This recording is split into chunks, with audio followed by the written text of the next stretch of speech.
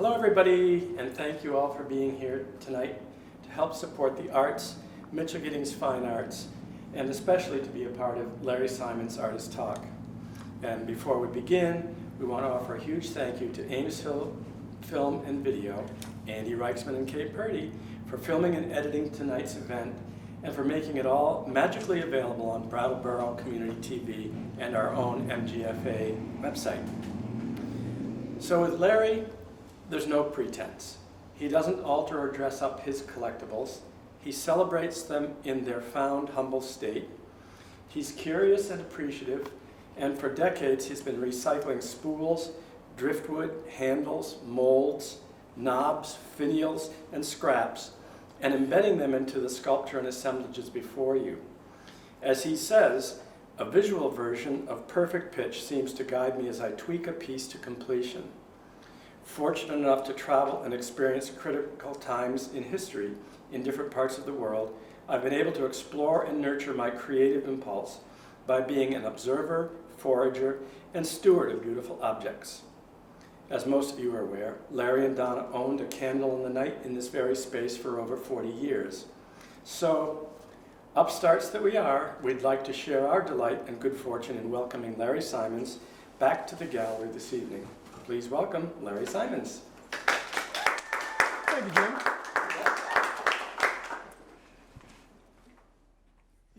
My daughter suggested that the way to begin would be to talk about where pieces come from that I use, because that seems to be the first question everybody asks me. But I think the first question is, why would anyone choose those pieces? Why would I even look for them? My feeling is that art for thousands of years was based on recognizable objects. Then in the 19th century you had the Impressionists who started to turn a little bit away from realism, but then Kandinsky came along and really changed painting, because he was, as he said, he was the first one to throw all objects out of his art. And then along came people like Kurt Schwitters and Louise Nevelson. And that's the stuff those are the people who inspired me, because all of a sudden I realized that what you see lying on the ground is art materials. You don't have to, it's not something you have to buy in an art store. And that got me going. So what you see in my pieces and where they came from, I guess that's the interesting part of it for most people. A piece like this, you're looking at a lobster trap, a part of a lobster trap there and there, stuff that I found in a junkyard in New Orleans. I assume that's part of a car, I don't even really know. A rake, and so forth. I don't always remember where I got particular pieces, but I do know that sometimes a piece gets me started. One little bit will get me started on a piece. I think in the case of this one, that this is leather, some sort of a book cover or something you would store photographs or letters in, and that just said red and black to me. The red pieces all came from the windows in my house. As we replaced our Rivco windows, all those little dividers got saved and cut up, and that's what I made the border out of. Anything I see, every time one of our pieces of lawn furniture breaks, it gets cut up and used. The wooden stuff, the teak furniture I have. Chairs that are caned, when you remove the caning, you find these little holes. And that's what those pieces are. Shutters. I don't know what this stuff was, just something that got crushed somewhere. But that's what I always have my eyes on the ground. And I'm always looking for whatever junk I can find, because sooner or later it's going to turn into something. I imported a lot of furniture during my business from India and China. The piece down on the end here is made up of, a lot of stuff comes in broken and you just can't fix it. So that was always, probably some of the broken stuff ended up being worth more money than the piece it was broken off of once it got used in a piece. The live it up at the end, that's a little different. I was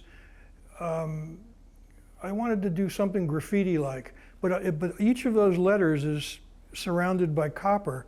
That was a piece of roofing on our house. We changed the roofing, and I took that piece of copper and cut it up in strips on a bandsaw and wrapped the letters with it.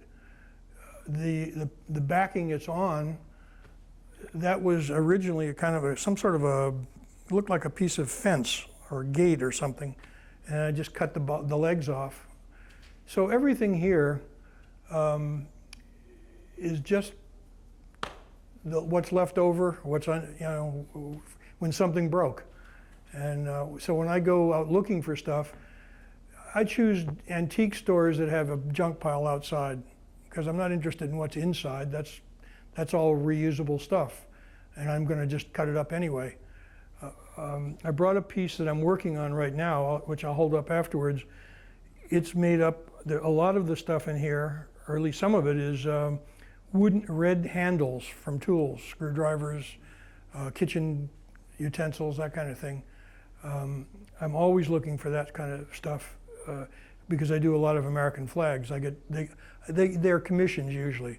I've probably done 3 dozen of them at this point, and almost all of them have been commissions. So I always need a source of red, white, and blue.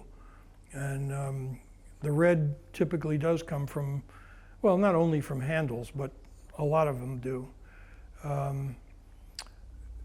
Sometimes I just see some little bit of something and it ends up growing into a piece.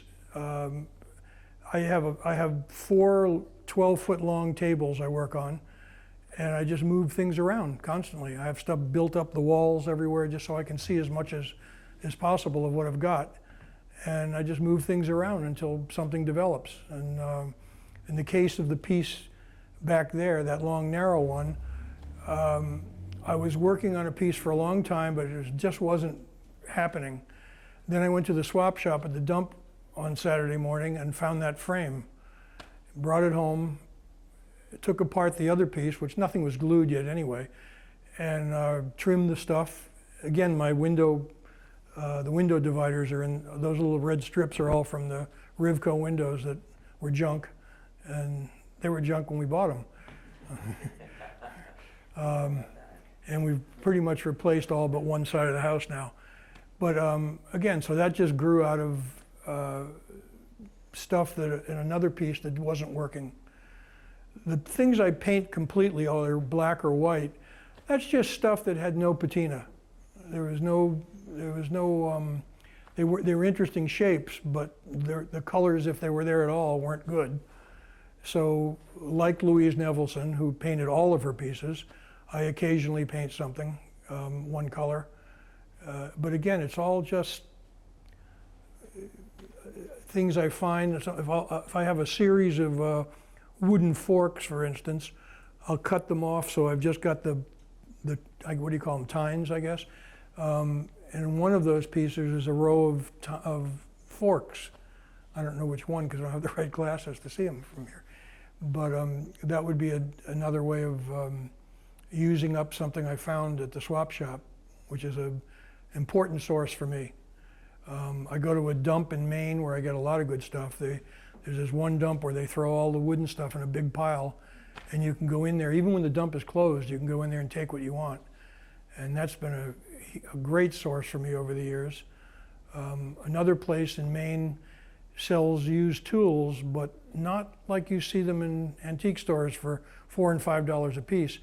There, a screwdriver might be 85 cents, and I'll go in and buy every red handle that they have, and usually don't pay more than $1, $1.25 for anything.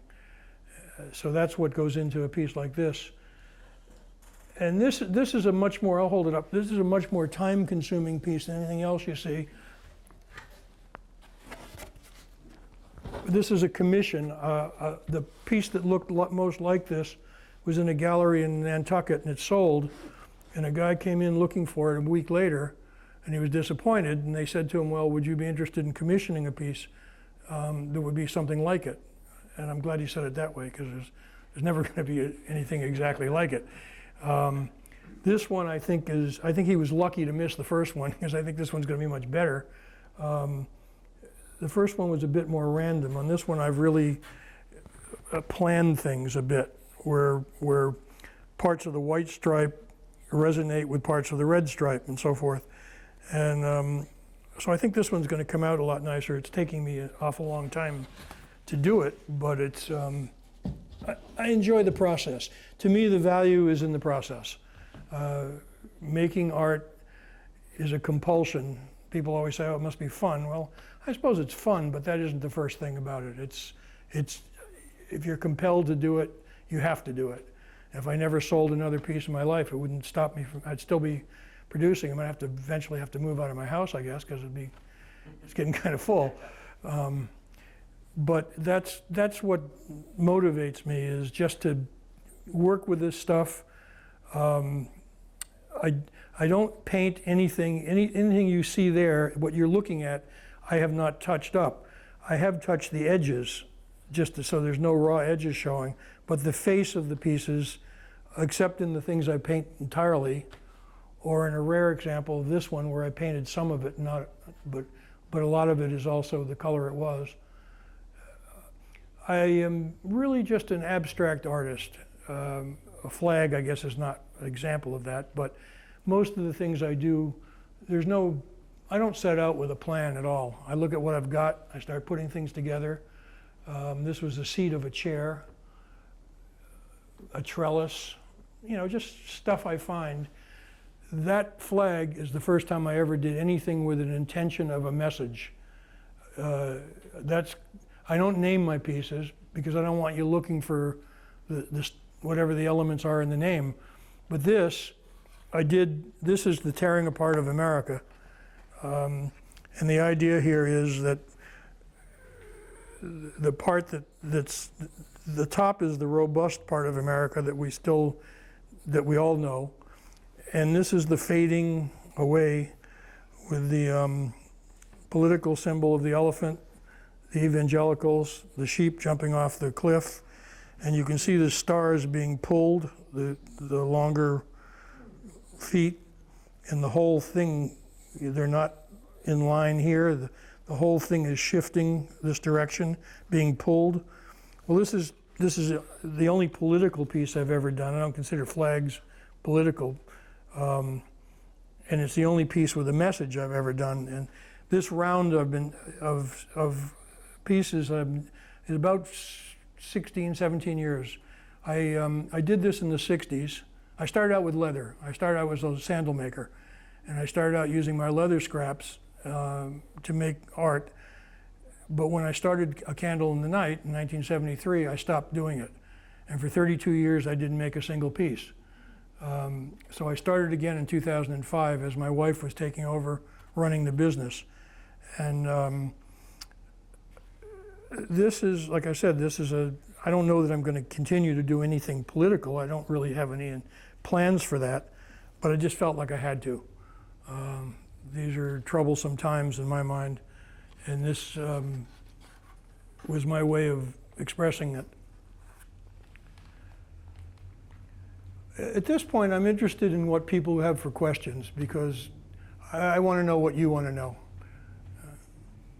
Yes? Do you have any idea what the stars will be? The stars here? Yeah, the piece first of all, most of the American flags I didn't have any stars. I only started using anything. The first commission I had from a gallery in Nantucket, he wanted stars on a flag, and I had never really done them. So I collected clamshells from a driveway where we were staying in Nantucket, and I made the stars out of clamshells, and we called the piece Stars and Shells.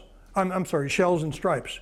Shells and Stripes. And so after that, the piece that this is in the manner of has actual stars, which I like that piece. I traced a little star, and then I kind of made rougher versions of it. I don't want them to look like they're stamped out. And but I cut them out on a bandsaw. I just use pieces of wood that are white to begin with. And so yeah, and the piece that this is like, the stars were not all completely exposed. they were partly covered by some of the blue.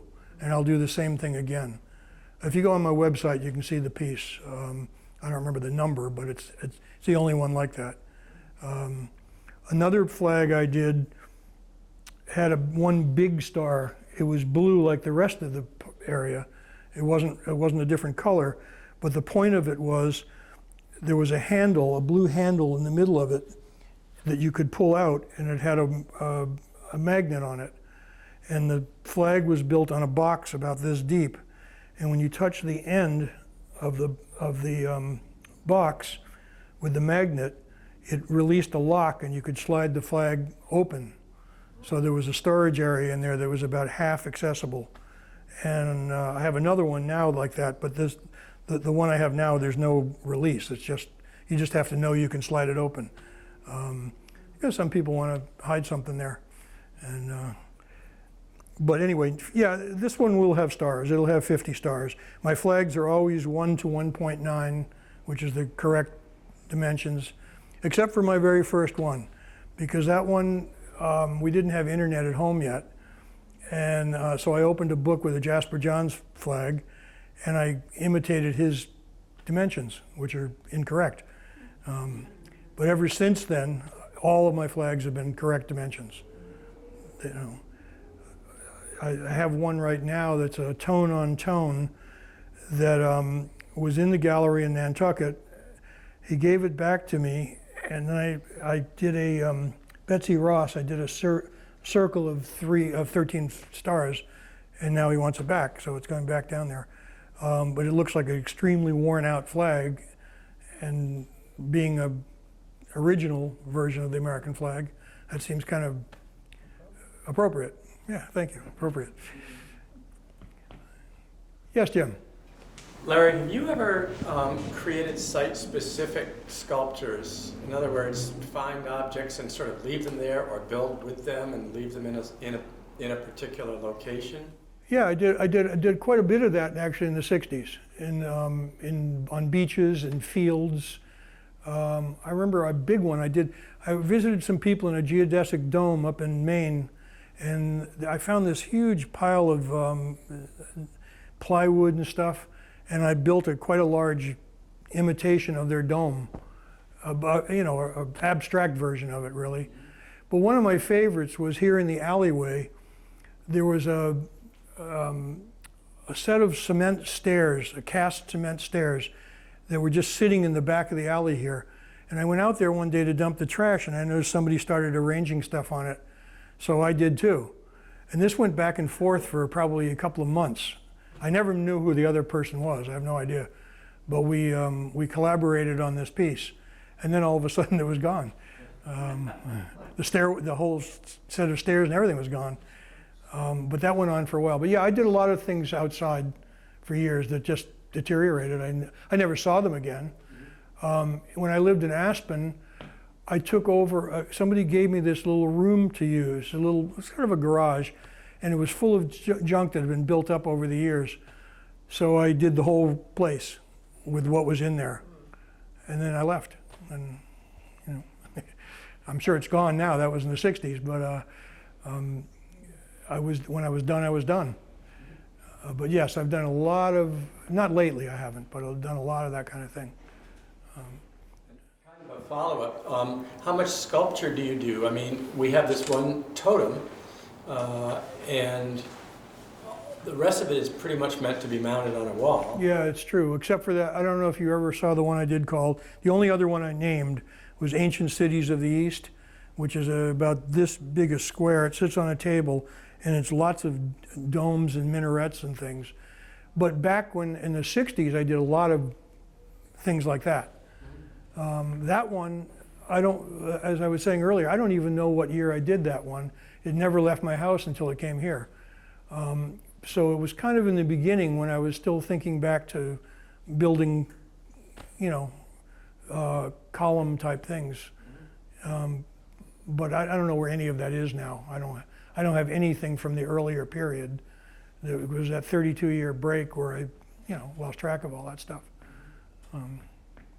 Yeah, Susan. I know I've been in your studio, but I've been looking at special things in it and not sort of taking the whole thing in.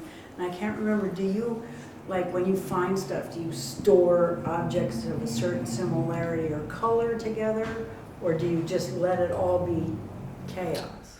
Well, I don't know if you remember this, but one room where I do the flags, yes, there's a red section, a blue section, a shelf of red, a shelf of blue. The white, there's not so much white on the shelves, but there's one whole section of white. I have stuff outside being weathered, stuff that isn't rustic enough for me yet. I don't like anything to be too shiny. I kind of like everything to be worn.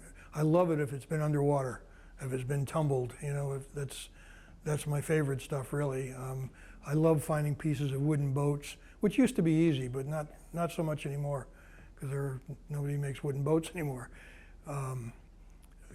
But the rest of the stuff, yeah, it changes all the time, but if you saw it right now, there's a whole wall of just little parts of furniture legs, you know, set up and going up the wall, probably 15 feet long, and hundreds of these pieces.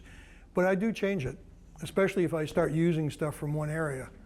And then I have boxes of stuff that I have to open up every once in a while to see what's in there. You know, bring that stuff out and put something else in the box. So yeah, I'm trying to always circulate it because there's not room to see absolutely everything. But I do, and it is, people always, the one remark everybody always makes in my studio is, you're so organized. Well, maybe, but if I weren't, I couldn't do this. You know? I mean, I have too much stuff. If I didn't know what was in the boxes, I wouldn't, you know, I wouldn't be able to do anything. To do this kind of work, there are a couple of things you have to have. One is a place where you never have to put the stuff away. If you're going to try to do this on your dining room table, it isn't going to work. Because I had pieces that have been in process for years, literally for a couple of years, and one right now. And if you have to put it away, you know, because it only happens once. Every piece only happens once. You give me the same stuff on a different day, and it'll be a different piece. But I always have 7 or 8, even 10 pieces going until it gets to where there's no place new to work, and then I have to finish something. So I can open up a space. And for this show, I did a lot. There were a bunch of these that were just half done. And I said, okay, now's the time. I need new stuff, and I need workspace. This was an example. That was lying around for a long time. Whereas that one got done in one day. You know, maybe even 2 hours. Although it did come from another piece that had been in process. And sometimes you just, yes, Petey? I don't want to interrupt you. That's all right, go ahead. Can you share with us a little bit about the title of the show, the evolution of Live It Up? It's something I've been saying for decades. And one night I said to Donna, after probably more wine than usual, I said, I wonder if there's a way I can use that in my art. And she said, yeah, you're right. It's catchy. Why not? So I did 3 pieces, the one in the front window, that one, and this one. And I have ideas for a few more. But it was just a phrase I don't know where I picked it up, but I've probably been saying it for 50 years, you know. Could be your mantra. Yeah, mantra, right. That one, to give you an example of how I spot something I want, the V on that one, that was a chair at the swap shop, a black chair, kind of one of those Hitchcock chairs, and it even had a tag on the bottom of it telling its history because the seat was woven hickory. And so I felt a little bit bad about cutting it up, but I just saw those two, you know, the 2 backs of the chair, and I said, boy, I like those. So the chair got cut up, and that's how the V happened. And the I was a carving from Panama, and if you look closely, it still says Panama. It's just the bottom of the P is gone. but I cut that out of the middle of the piece to use as I knew it was going to be an eye the minute I saw it, because I think at that point I was already thinking of Live It Up.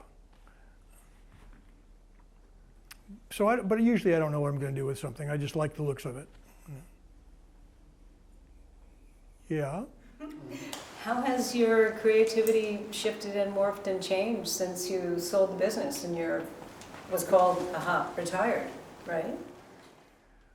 Well, I don't know. I think the changes have been more long-term than that. When I started out this round in 2005, I used a lot of driftwood, but I got tired of things not staying together. You know, you glue up a piece of driftwood, but the back is a little bit weak.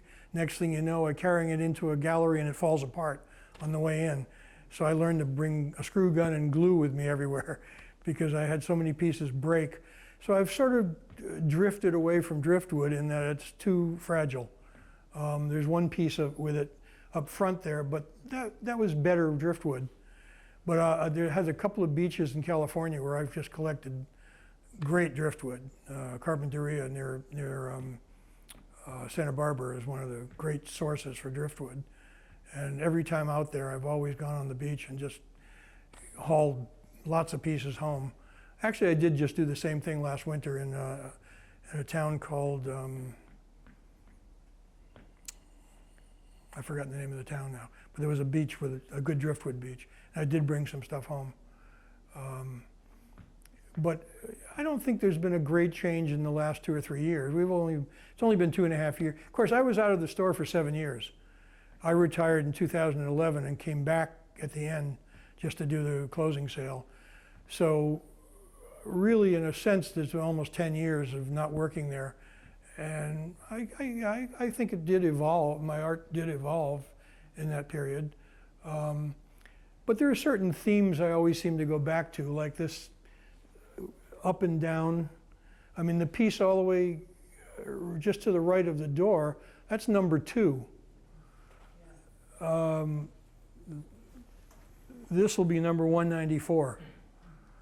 So in the beginning, there were quite a few pieces with up and down and something horizontal in the middle. And this is the most recent version of that. I don't know why, but that theme appeals to me. I just sometimes do it, you know. One of the things that strikes me, Larry, is that your store was very visual, like these pieces. And it was full of rugs with patterns and furniture with rhythms and all the pieces that were surrounding you all those years were pieces that attracted you in the first place because you sold them in your store. You bought them to sell them. But I feel like it's still here, you know, that sense. Well, I always say the store was my canvas.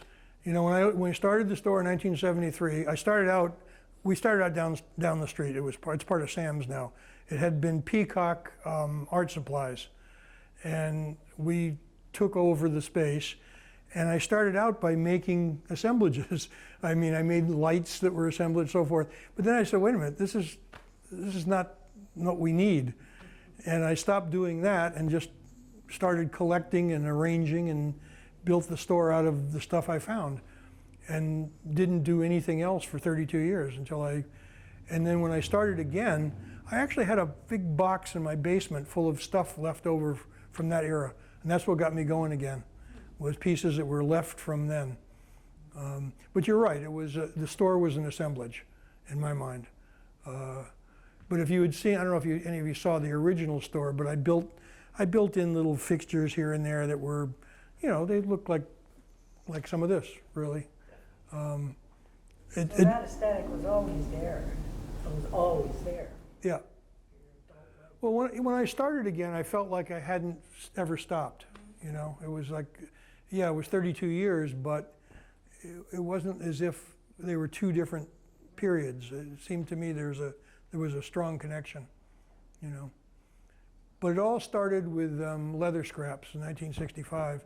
And then I went out in 67 when I went out to California for the first time and saw the junk sculptures in the mud flats across from San Francisco. That blew me away. I just said, wow, this is great. You know, I've got to do this. And they're all gone now, but you can go online and see them. There are pictures of a lot of them. They were amazing. And then I also went to the Watts Towers in LA on that same trip. And of course that was different stuff, but it was, again, here's a guy who spent 42 years building these things in his yard from junk, basically, from stuff that he scavenged. And what I find very interesting is if you look at a picture of the Watts Towers and Gaudi's cathedral in Barcelona, they look a lot alike. They're very similar. It's kind of an interesting, and I'm very conscious of things that look alike, things that remind me of other things. On my Pinterest boards, I have one called, let me think what it's called, coincident, I can't think what I call it, but anyway, it's full of different art that looks alike. You know, pairs of things that I've noticed over the years and put together for my own entertainment to look at them. Influences and coincidences or something like that. I forget what I call it. That's not quite it, but anyway, Aaron Holtz one time to me said, I don't see your influences. And I have to agree, I don't see them either, but on the other hand, they're there, obviously. Something got me going, made me create certain things over and over again that maybe they don't look like the things that influenced me, but there was, you know, certainly Louise Nevelson was a, you know, when I first saw what she did, I just said, whoa, this is just broken furniture, you know.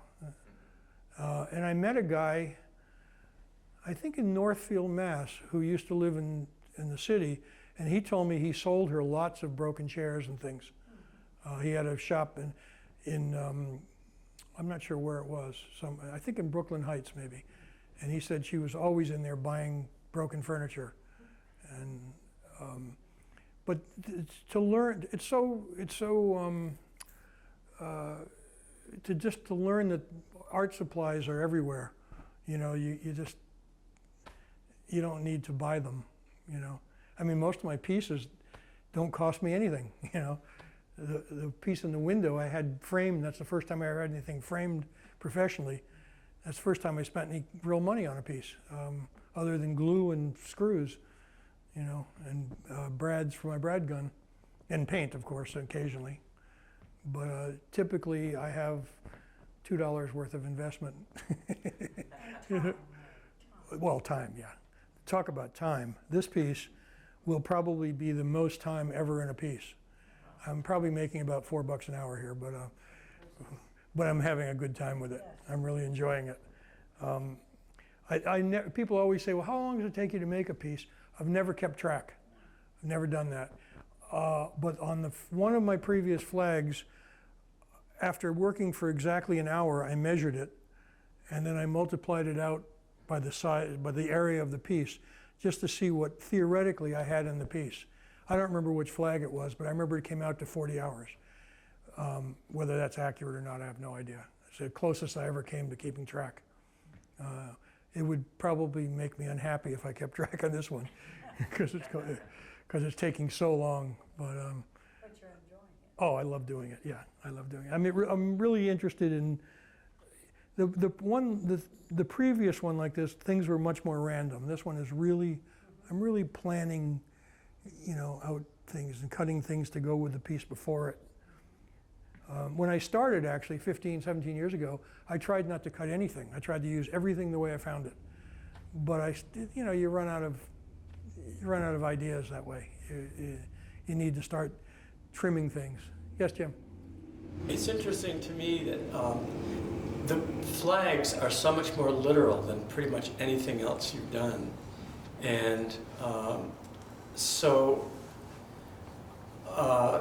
it takes a lot of time, but you're organizing in a fundamentally different way. Correct. Yeah. And this might be an unfair question, do you anticipate doing, I don't know how you would do something more literal with the other assemblages? but really creating an image that is, you have expectations, you have a standard that you're sort of looking to. I really don't. I mean, every once in a while, I'll actually dream pieces, but I don't remember them later. I don't think I've ever created something that came to me in a dream. I wish I could.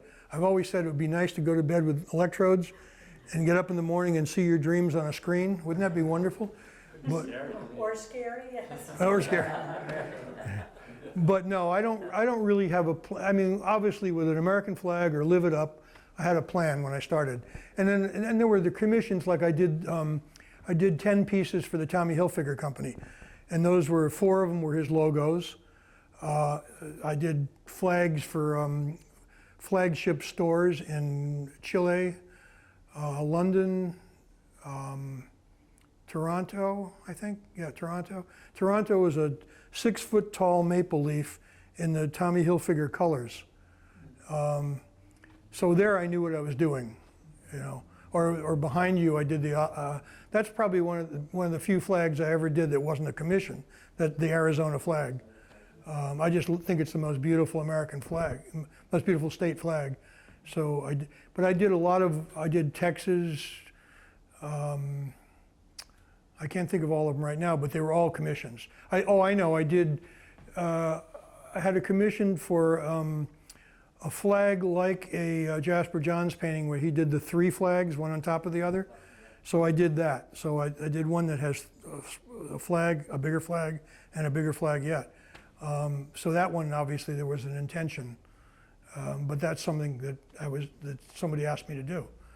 I did an auction flag for Material Culture in Philadelphia. I did three commissions for them, and one of them is for their auctions. So it says auction. You can see it's all on my website. You can see all these pieces.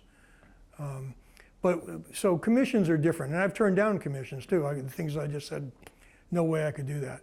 It's not my style. But if it's something that looks like fun, I'll take it on.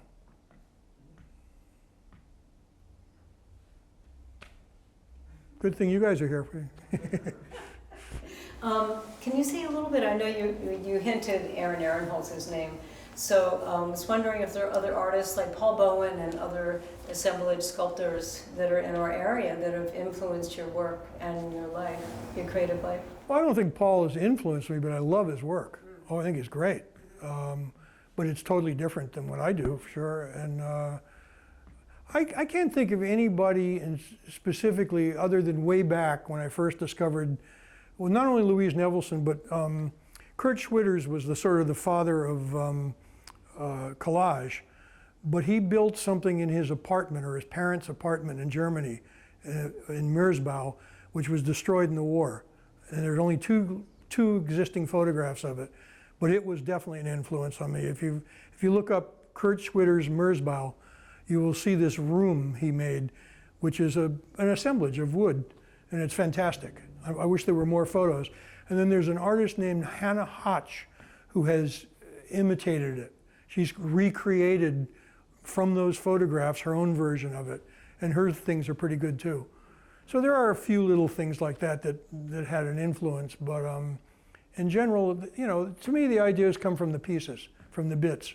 I look at stuff I have and something occurs to me to start doing with it. And I just move things around until it comes together. Not everything I start it gets finished either. I've definitely cannibalized pieces or just given up on pieces. But I've done since 2005, this will be the 194th piece that I've done. And I'll continue to do them for as long as I can, yes. That makes such an interesting shadow on the wall at the bottom of that. Oh, at the bottom. Oh, yeah. Well, of course, when you're photographing your art, you want to get rid of those shadows. But you're right, that's interesting. And that part is painted. I painted, on this piece, this was black, and this was black, and this was black. The rest of the black I painted. So this is rare in that it's a partly painted piece, because usually it's either not at all or the whole piece. I think I've only painted a couple of them. partially.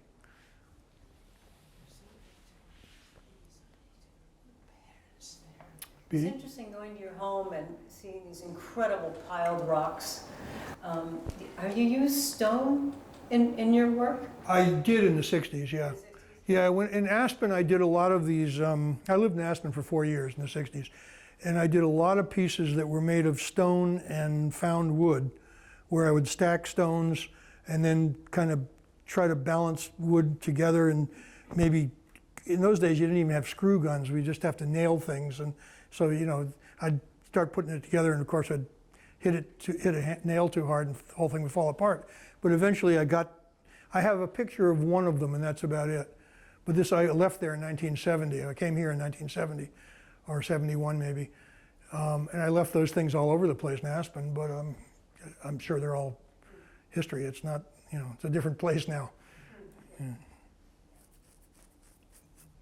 But yeah, I do stack some stones at home, don't I? Well, that big one I didn't. Jim Herrick did that with an excavator. Yeah, and I wasn't home that day, so he did it his way. So that's his sculpture, not mine. Oh, I love hearing that. Huh. I mean, I asked him to do it, and I showed him all the stones I wanted, but then I couldn't be there when he did it. So it came out a little different than, but it's good. It's a good one. All the rest of them I did. That's neat to know that. And then, of course, I plow snow and knock them over, so. Last winter, I knocked 3 of them over, and I was only here for 1 storm. But I've rebuilt 2 of them so far. Do friends bring you broken chairs and things? Do I what? Do friends bring you broken Yeah, chairs? a lot of stuff has been given to me, and then I've been invited to go into barns. There was a barn, I can't remember if it was a barn or a part of a house being torn down in Marlboro, but the yellow fan on that piece came from, I was invited to go in and take stuff before, because they were going to tear it down the next day. And that turned out, I didn't know what that was. It turned out to be a fan from a Volvo. But it was a house on, what's it called, Butterfield Road. Yeah. I don't know if it was a house or a barn. The guy that had the used bookstore there. But I've been in a lot of, I love it when someone says, come go through my barn, because Steve Smith had a barn that was painted clapboard instead of the usual vertical stuff. Well, it was weathered so beautifully. I don't know if there's a piece here that has it, but I collected as much of it as I could, because the edge, the bottom edge, I use that for outlining same way I use lobster trap pieces. I've run out of it now, but he said one day, he said, the building's coming down tomorrow. Is there anything you want? And it was pouring down rain, but I went there and I ripped off as many boards as I could and cut off that little edge, because it was just right. It was just perfect. And I've used it in many pieces. There's probably some here and something, but I don't know. I don't see it offhand, but yeah, if you have a barn full of junk, call me. I want your junk. Just to let you know, I was talking to a friend of mine who used to run the Kipling House. He lives up in Newbury, Vermont now. And for some reason, your name came up. And I think it was because I was talking about the carriage house he used to live in. And then I said something about it. I'd seen some of your stuff. He said, oh, Larry Simons, he was always talking about coming over and going into the barn and going through all the stuff that was in there. But that was just 2 weeks ago. David Tansey. David Tansey, yeah, of course, yeah. Well, we also did all of the rugs, all the rug padding and all that stuff for that place. And the Scott farm, I got a call from them one day that they were cleaning out their barn, and they had all this, they had a yard sale or whatever. And I went there and I bought this, in the old days when you checked in at a job, there were these little slots with numbers and you had a time card. And I got one of those. And the piece I made out of it just sold recently up in Stowe, Vermont, like a couple of months ago. But that was a score, that thing, because it was all one, but I cut it into 4 parts and separated them, so I had other things between them. But yeah, I don't know. I've had people ask me, well, can I go find you stuff and you'll buy it? And I said, well, I would if if I could tell you what I wanted, but I don't know how to do that because I don't know what will appeal to me next. It'd just be whatever, whatever I come across. I go to the swap shop. It's now every other Saturday because it's drop off one week and pick up the next. And this morning, the only thing I got there this morning, I give a lot of stuff to the art school. I got a whole box of stuff for them this morning. Nothing for me, but a bunch of stuff that they'll want, If you have, yes. Can you say a little bit about the totem piece, the very vertical, the piece that never left your house? And you're hoping it's still so you don't have to bring it back because it's so... But it's really interesting. It stands on its own, it's three-dimensional. Yeah. It's... One of the things in it, and you can see one of the sides of it from here, is that thing with the sort of oval slots, not oval, but the long slots in it. When I was going to India to buy furniture and stuff for my store, we go to these big yards where they collect all this old country furniture, and they take it apart. They take the bad pieces apart, and they put all of the salvageable parts on these shelves. They do the same thing in China. I've seen both in both places, and so the pieces that are not so bad, they fix with the pieces they took apart. In other words, one area is stuff, the next area is stuff being dismantled, the next area is shelves of parts, and the next area is fixing the better pieces. So I saw those things, and there were maybe 10 or 12 of them, and I said, well, put 2 of those in my container.